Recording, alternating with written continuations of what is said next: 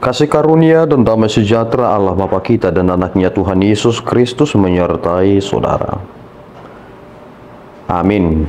Shalom saudaraku yang terkasih, di dalam nama Tuhan Yesus Kristus sedang bisa menyapa saudara di tempat saudara berada hari ini dalam dimensi yang berbeda tetapi dalam dunia yang sama.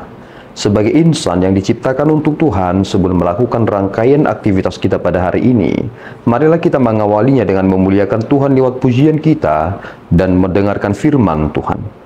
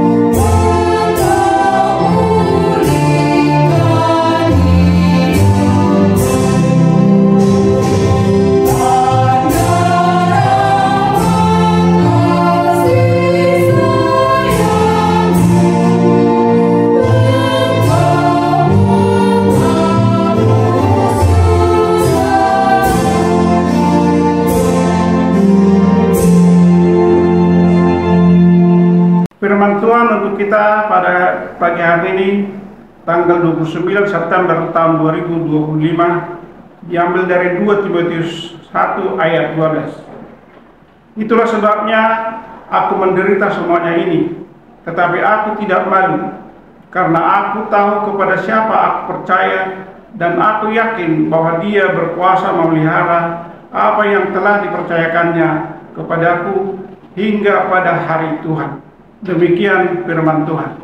Saudaraku yang terkasih di dalam nama Tuhan Yesus Kristus, judul perikop kita pada hari ini adalah ucapan syukur dan nasihat untuk bertekun.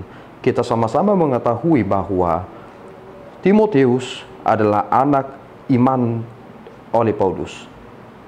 Dia bukan anak fisik oleh Paulus, tetapi dia adalah anak rohani Paulus, yang mana dia mendelegasikan tugas yang luar biasa kepada Timotius.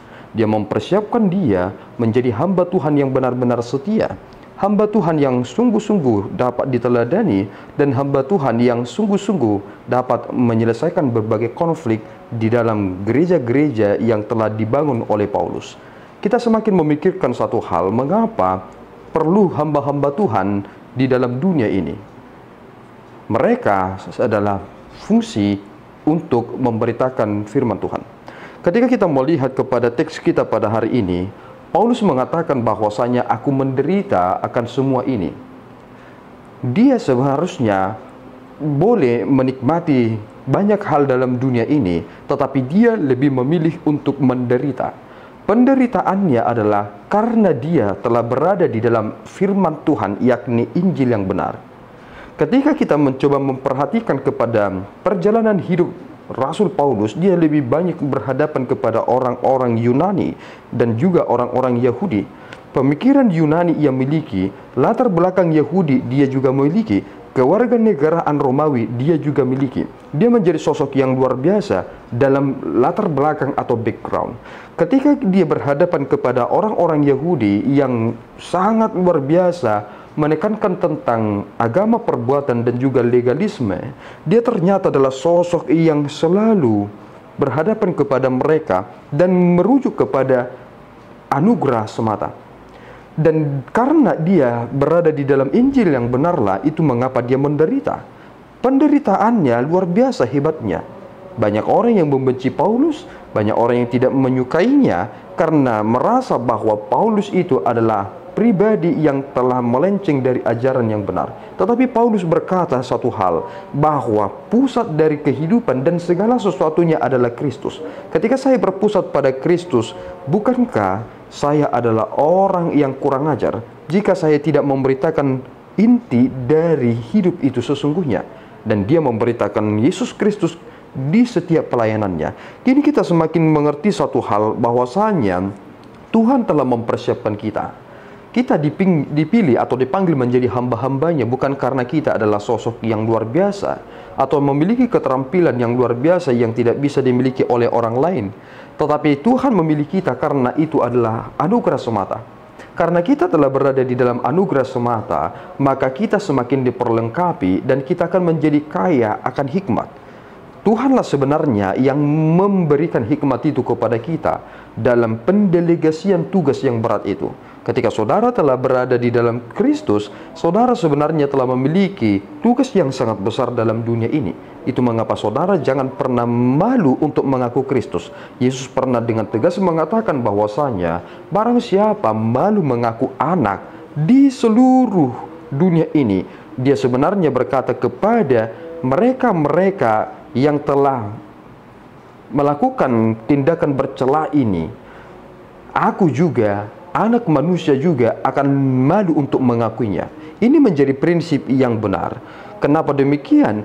Karena kita telah mengikatkan diri kepada Kristus, maka ketika kita berkata aku tidak mengenal Kristus, kita sedang melepaskan diri dari ikatan itu. Bukankah ketika kita melepaskan ikatan yang seharusnya memegang kokoh, kita akan kehilangan segala sesuatunya.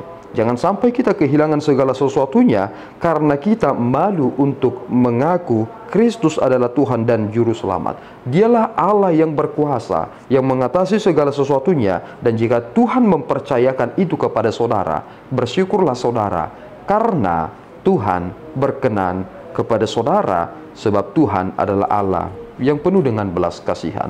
Tuhan Yesus memberkati, kita berdoa. Ya Tuhan, kami bersyukur atas berkat-Mu. Terima kasih Bapa, Engkau telah memberikan kami perenungan yang begitu dalam lewat hamba-Mu Paulus yang mengirimkan suratnya kepada hamba-Mu Timotius. Engkau telah mempersiapkan para hamba-hamba-Mu dengan cara yang tidak dapat dimengerti oleh dunia ini. Kini kami juga semakin mengerti ya Tuhan, bahwa Engkau juga memperlengkapi kami, karena firman-Mu telah kami dengarkan. Firman-Mu telah memberikan kami petunjuk. Tolong kami ya Bapa, supaya kami tidak menjadi pribadi-pribadi yang bercela, pribadi-pribadi yang membuat Engkau murka dan malu. Tetapi hendaklah ya Tuhan, Engkau semakin memperlengkapi kami, supaya kami menjadi hamba-Mu yang setia dalam mewartakan firman-Mu, mewartakan keselamatan itu, kabar baik kepada seluruh bangsa. Terpuji Engkau ya Allah, di dalam Yesus kami telah berdoa dan mengucap syukur. Anugerah Tuhan kita Yesus Kristus, kasih setia Allah Bapa kita, dan persekutuan Roh Kudus menyertai saudara. Amin.